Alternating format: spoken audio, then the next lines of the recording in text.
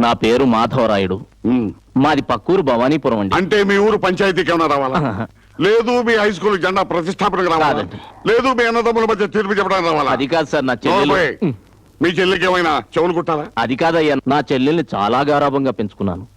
దానికి తండ్రి అయినా అన్ననైనా అన్నీ నేనే. అది చిన్నప్పటి నుంచి ఏదడిగినా ఇచ్చాను. కానీ ఇప్పుడు అడిగింది మాత్రం ఇవ్వలేకపోతున్నావు. ఇంతకీ ఏమడిగింది? చెట్టు చిటారు కొమ్మనున్న కాయ కావాలని అడిగితే ఎలాగోలా తెచ్చివ్వగలను.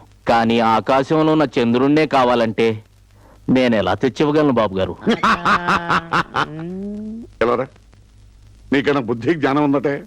వయసులో ఉన్న నువ్వే చంద్రుడిని తీసుకోలేకపోతే వయసు మళ్ళీ నేనేం తీసుకోగలయ్యా చంద్రుడిని?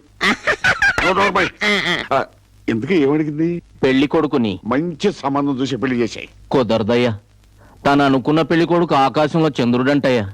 ఆయన్ని చూసిన దగ్గర నుంచి అందగాడంటే ఇతనే, ఆయన తీర్పు చెబుతుంటే విని నీతిమంతుడంటే ఇతనే, ఆయన నలుగురు రౌడీలను చితకబాదటం చూసి వీరుడంటే ఇతనే. నేను పెళ్ళంటూ చేసుకుంటే ఆయన్నే చేసుకుంటాను, లేకపోతే జీవితాంతం కన్నెగానే మిగిలిపోతానని మంకు పట్టు పట్టిందయ్యా. అంటే నీ చెల్లెలు ప్రేమలో పడిందన్నమాట. మరి అమ్మాయి అబ్బాయిని చూసింది, మరి అబ్బాయి అమ్మాయిని చూశాడా? చిక్కంతా అక్కడే వచ్చిందయ్యా. అబ్బాయి అమ్మాయిని చూడలేదంట. అబ్బాయి అమ్మాయిని చూడలేదంటావు, మరి నీ చెల్లెలు మొండికేసి కూర్చునే లాభం ఏమిటి? చూడు, వాళ్ళిద్దరు ఎక్కడో తప్పకుండా కలిసి ఉంటారు, డ్యూయట్ కూడా పాడుంటారు. నువ్వు నీ చెల్లెల దగ్గరికి వెళ్ళి మెల్లిగా బుజ్జగించి అడుగు, విషయాలన్నీ చెప్తుంది. ఏమంటారు నాన్న? తీర్పు చెప్పేది నువ్వేనా?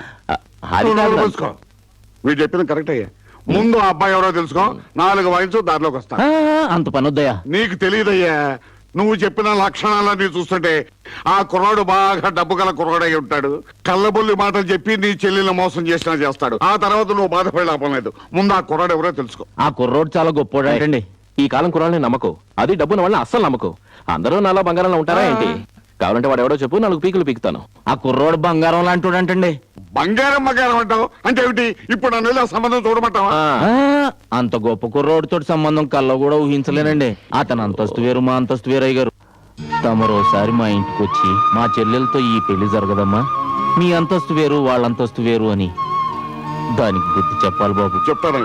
చెప్తాను కానీ ఆ అబ్బాయి ఎవరు? వాడికి నేను వెళ్ళి బుద్ధి చెప్తాను. మీరా? నేను చెప్తే వాడు వెంట చెప్పవయ్యా. అది ఆ కుర్రోడెవరో చెప్తే మీరు కొడతారయ్యా.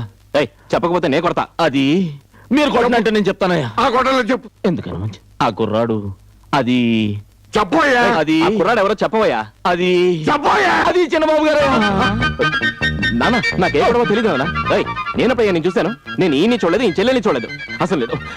నాకే పాపం తెలియదు నాన్న. అయ్యగారు నన్ను కొట్టనన్నారు. నేను నిన్ను కొట్టను. ఏమి లక్షణాలు అన్నావు? మన్మధుడు, అందగాడు, బుద్ధిమంతుడు, వీరుడు, సూర్యుడు అన్నావు. వాటిలో ఒక్క లక్షణమైన వీళ్ళు